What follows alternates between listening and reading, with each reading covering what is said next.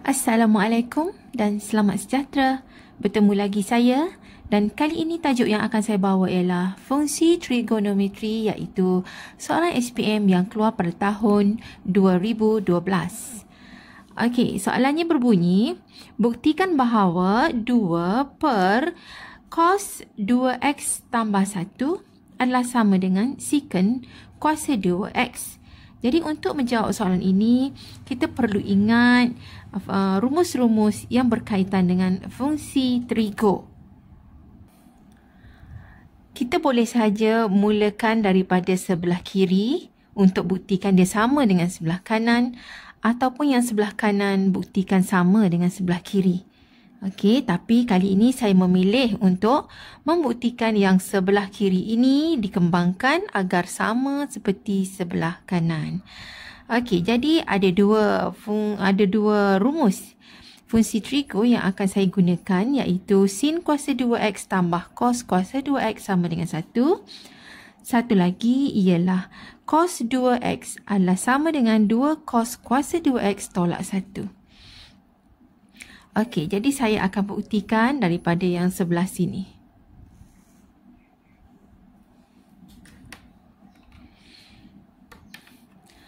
Okey, jadi di sini atasnya ialah 2. Bawahnya ialah cos 2x tambah 1. Okey, cos 2x tambah 1 di sini. Okey, saya gunakan yang ini. Kalau tolak 1 ini saya pindahkan ke sini, dia akan jadi cos 2x tambah 1. Jadi cos 2x tambah 1 adalah bersamaan dengan 2 cos kuasa 2x. Sebab tolak 1 ni saya dah pindahkan ke sini, jadi tambah 1 supaya sama dengan yang bawah ini. Jadi yang di bawah ini saya dah tulis dia sebagai 2 cos 2x. Okay, yang bahagian atas ini, oleh kerana 2 saja, untuk tidak merubah dia, saya cuma tambahkan ini, iaitu sin 2x tambah cos kuasa 2x. Okey, saya buat macam tu. Sebab yang ini sin kuasa 2x tambah cos kuasa 2x nilainya ialah 1. So 1 darab dengan 2 dapat 2 semula. Okey, jadi dia sama saja sebenarnya. Okey, sekarang apa yang perlu saya buat ialah di atas ni ada 2, bawah pun ada 2. So kita cancelkan. Yang tinggal ialah sin, saya pecahkan dia kepada sin 2x per cos 2x, kemudian tambah cos kuasa 2x per cos kuasa 2x. Okey, jadi yang ini cos kuasa 2x per cos kuasa 2x ini nilainya ialah 1. Okay, yang ini sin kuasa 2x per cos kuasa 2x adalah bersamaan dengan, kita kena ingat semula sin bahagi dengan cos adalah bersamaan dengan tangent. Tangent kuasa 2x. Okey. Dan yang akhirnya tangent kuasa 2x tambah 1 adalah bersamaan dengan secant kuasa 2x. Yang ini daripada sini ke sini boleh rujuk rumus fungsi trigo. Secant kuasa 2x adalah sama dengan tangent kuasa 2x tambah 1. Okey, jadi kita dah pun selesaikan soalan A. Okey, soalan yang kedua, soalan B. Lakarkan graf y sama dengan cos 2x tambah 1. Di mana x-nya dikehendaki daripada 0 radian hingga 2 pi radian. Okey, jadi untuk graf ini ialah y-nya dan di sini ialah paksi x-nya. Kemudian kita kena ingat graf asal untuk y sama dengan cos x. Ini ialah graf yang asal. Okey, yang mana ketinggiannya ialah 1, bawahnya sini ialah -1. Okey, ni graf yang asal untuk Y sama dengan cos X. Jadi bila ada 2X bermaksud 2 kali kitaran. Ini baru sekali, kita kena buat lagi sekali. Okey, bila kita menambah satu lagi kitaran di sini, dia telah pun menjadi graf Y sama dengan cos 2X. Okey, Y sama dengan cos 2X sebab sekali, kemudian sekali lagi. Okey, kemudian di sini ada tambah 1. So, di sini sebelum itu saya tunjukkan ya, bila kita buat 2 kali kitaran macam ni, hujung sekali sini ialah 2 pi. Dan separuh daripadanya sini ialah pi. Okey. Kemudian ada tambah 1 di sini, bermaksud kalau sini asalnya 1, kita tambah dengan 1. Asalnya 1, kita tambah dengan 1, dia jadi 2. Kemudian di sini negatif 1, tambah lagi dengan 1, dia akan jadi kosong. Kosong. So, paksi X patutnya di sini dia dah berada di bawah. Jadi yang hujung sekali di sini ialah 2 pi dan yang separuh daripadanya ialah pi. Okey. Jadi inilah dia graf untuk Y sama dengan cos 2X tambah 1. Okey. Paksinya dah berpindah ke bawah. Okey, selanjutnya soalannya ialah pada paksi yang sama, lakarkan satu garis lurus yang sesuai untuk selesaikan persamaan 2 per secant kuasa 2x sama dengan x per 4 pi tambah 1. Okey, jadi soalan ini selalunya berkaitan dengan soalan A. Okey, di mana di sini diberi secant kuasa 2x dan di sini pun ada secant kuasa 2x. Nilainya ialah 2 per cos 2x tambah 1. So, kita gantikan di sini.